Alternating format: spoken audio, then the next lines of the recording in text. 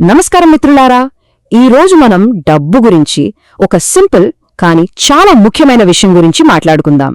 ఇది మన ఆలోచించే విధానాన్నే పూర్తిగా మార్చేయొచ్చు. మీరెప్పుడైనా గమనించారా? కొంతమందికి మంచి జీతం వస్తుంది, కానీ వాళ్ల ముఖంలో ఎప్పుడూ ఏదో ఒక టెన్షన్. పైకి అంతా బాగున్నట్టే కనిపిస్తుంది, కాని లోపల మాత్రం ఏదో తెలియని బరువు. ఎందుకిలా జరుగుతుంది? ఈ పజిలేంటో మనం కలిసి తెలుసుకుందాం. వాళ్లు చూడడానికి చాలా ధనవంతుల్లా కనిపిస్తారు, కాని వాళ్ల సమయం వాళ్ల చేతిలో ఉండదు. ఒకవేళ ఈ ఉద్యోగం పోతే ఎలా అనే భయం వాళ్లను ఒక బంగారు పంజరంలో బంధించేస్తోంది.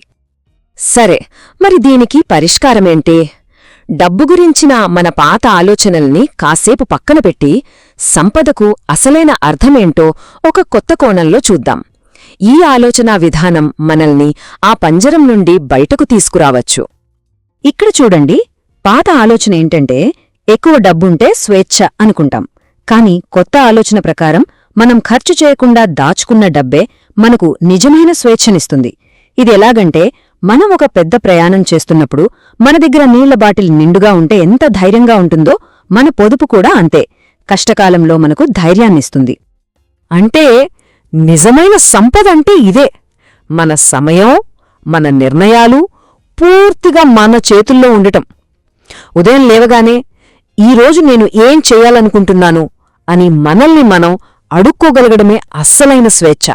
లక్షలు సంపాదించినా ఈ స్వేచ్ఛ లేకపోతే మనం నిజంగా ధనవంతులం కానట్టే. ఈ మాట ఎంత బాగుందో కదా! మనం దాచుకునే ప్రతి ఒక్క రూపాయి మనకోసం ఒక చిన్న స్వేచ్ఛ ముక్కను కొంటున్నట్లే. ఆ స్వేచ్ఛ మనకు నచ్చని ఉద్యోగానికి వద్దు అని చెప్పే ధైర్యాన్నివ్వచ్చు, లేదా మన కుటుంబంతో ఎక్కువ సమయం గడిపే అవకాశాన్నివ్వచ్చు. మనం కొనే వస్తువుల కన్నా ఈ స్వేచ్ఛ చాలా విలువైనది. సరే, మరి ఈ ఆలోచన నిజ జీవితంలో ఎలా పనిచేస్తుందో కొన్ని చిన్న చిన్న కథల ద్వారా తెలుసుకుందాం. అచ్చం మన చిన్నప్పుడు స్కూల్లో పాఠాలు విన్నట్లుగా. ఇక్కడ రాహుల్, ఆశాని చూడండి. ఇద్దరికీ ఒకే అంత పాకెట్ మనీ వస్తుంది, కాని రాహుల్ అందులో కొంచెం దాచుకుంటాడు.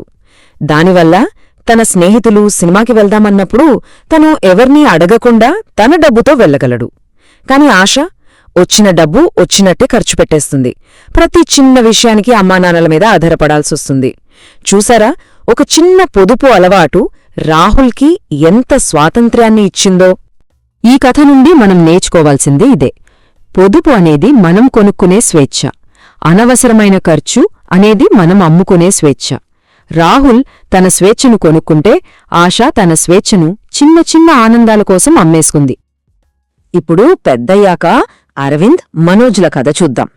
అరవింద్ కొంచెం పొదుపు చేస్తాడు కాబట్టి ఆఫీసులో పని ఒత్తిడిగా అనిపించినప్పుడు సరే కొన్నాళ్లు బ్రేక్ తీసుకుందాం అని ధైర్యంగా అనుకోగలడు. కాని మనోజ్ పరిస్థితి అలా కాదు. ఇల్లు, కారు లోన్లతో ఇబ్బంది పడుతున్నాడు. అతనికి ఆ ఉద్యోగం నచ్చకపోయినా నెల నెలా కట్టాల్సిన ఈఎంఐలు అతన్నక్కడే బంధించి ఉంచుతాయి. ఇక్కడ అరవింద్కు తన పొదుపే ఒక రక్షణ కవచంలా పనిచేసింది. ఈ ఒక్క వాక్యం వాళ్ళిద్దరి జీవితాల్ని చెప్పేస్తోంది. అరవింద్ తన సమయానికి యజమాని, మనోజ్ సమయానికి తన అప్పు యజమాని. ఇది మనందరం గుర్తుంచుకోవాల్సిన విషయం. మన సమయానికి మనమే యజమానిగా ఉండాలి, మన అప్పులుగాదు. ఇప్పుడు మనం ఇద్దరూ పెద్ద ఆటగాళ్ల గురించి ఒక చాలా ఆసక్తికరమైన కథ విందాం. ఈ కథ మనకు చాలా నేర్పిస్తుంది. ఒకాయన పేరు ఆంటాయిన్ వాకర్. అతనొక ఫేమస్ స్పోర్ట్స్ ప్లేయర్. తన కెరియర్లో కోట్ల డాలర్లు సంపాదించాడు. కాని ఆ డబ్బునంతా ఖరీదైన కార్లు, ఇళ్లమీద గొప్పగా కనిపించడం కోసం ఖర్చు చేసేశాడు. దాని ఫలితంగా చివరికి దివాళా తీశాడు. ఎంత సంపాదించినా దాన్ని ఎలా వాడుకోవాలో తెలియకపోతే ఇలాగే జరుగుతుంది. ఇప్పుడు మరో ప్లేయర్ జాన్ అర్షెల్ కథ చూద్దాం. అతను ఆంటోయిన్ కన్నా చాలా తక్కువ సంపాదించాడు. అయినా వచ్చిన డబ్బును జాగ్రత్తగా దాచుకున్నాడు. చాలా వరకు పొదుపు చేశాడు. దానివల్ల అతను తన క్రీడా జీవితం తర్వాత ప్రశాంతంగా తనకు నచ్చిన కొత్త కెరియర్ను ఎంచుకునే స్వేచ్ఛను పొందాడు.